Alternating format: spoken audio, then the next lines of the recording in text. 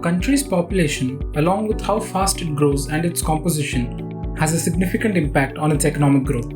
India's population is among the youngest in the world, so the country is said to be on the cusp of enjoying a demographic dividend if it plays its cards right. At the same time, another term, population explosion, is also brought up in this context. India's large population has for long been seen as a hindrance, constraining growth and development. So how will the decline in population affect the economy in the long run? Let's find out. According to the latest National Family Health Survey or NFHS, released by the Union Health Ministry, India's total fertility rate has declined from 2.2 in 2015-16 to 2.0 now. So India's population is set to eventually fall.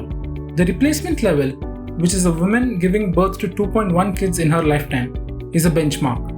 It means that the population will remain stable as total births will be balanced by the total number of deaths in any country. If it is below 2.1, it means that the population is heading for a decline. According to the survey, there are only 5 states with a TFR above 2. These are Bihar with a TFR of 3, Meghalaya at 2.9, Uttar Pradesh at 2.4, Jharkhand at 2.3 and Manipur at 2.2. Among the larger states, Jammu and Kashmir has the lowest fertility rate at 1.4. To understand more about the kind of decisions that India should be taking at this stage, we have with us Dr. Sangamitra Singh from the Population Foundation of India. First, I'd like to say that the decline in TFR, which has reached 2 now, this is on expected lines. If you look at the data from the last round of the survey of the National Family Health Survey, which was conducted in 2015-16, the TFR had already reached 2.2, just 0.1 over the replacement level fertility, which is 2.1, which is defined as the fertility rate at which the population exactly replaces itself. This means that we have started the process of population stabilization. India has a large young population. So 30% of India's population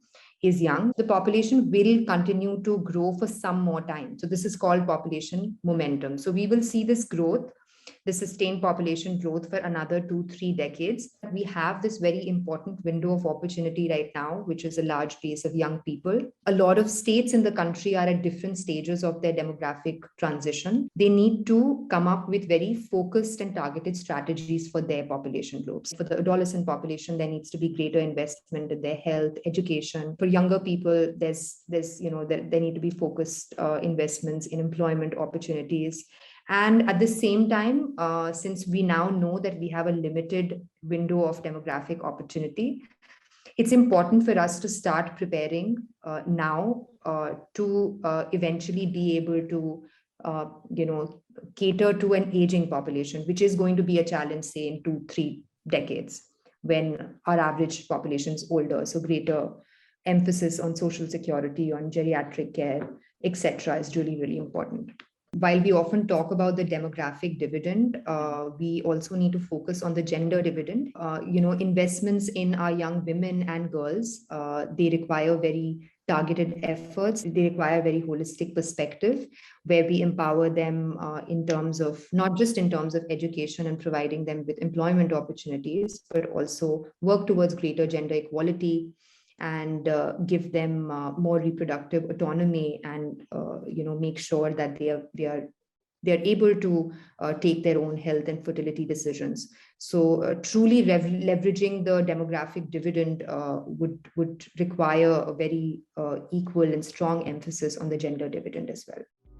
We also spoke to Professor K. Srinath Reddy, President of the Public Health Foundation of India, to understand the impact of a stable population growth on the economy. Reaching the population stabilization level at 2% TFR is certainly helpful from the point of view of having less strain on our developmental process, and therefore to have a population which is stabilizing, but with the potential for having a large number of young people still over the next 20-30 years, because most of the adult population is still fairly young. And even when they reproduce at this current level, we are still likely to have a fairly youthful population. And therefore, if we invest in health and in education, ensuring that their development is unimpeded in terms of health and nutrition, and education and skills are fostered, then we are likely to have our demographic dividend in terms of rapid economic growth.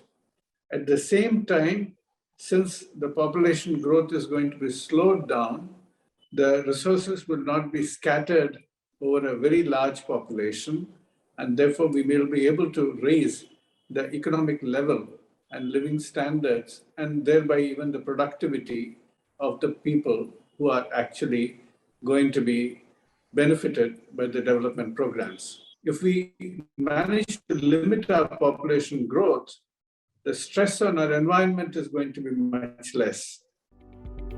Professor Reddy added that a significant importance must be given to nutrition, as the NFHS survey revealed that 67% of children under 5 and 59% of girls in the age group of 15 to 19 were anemic.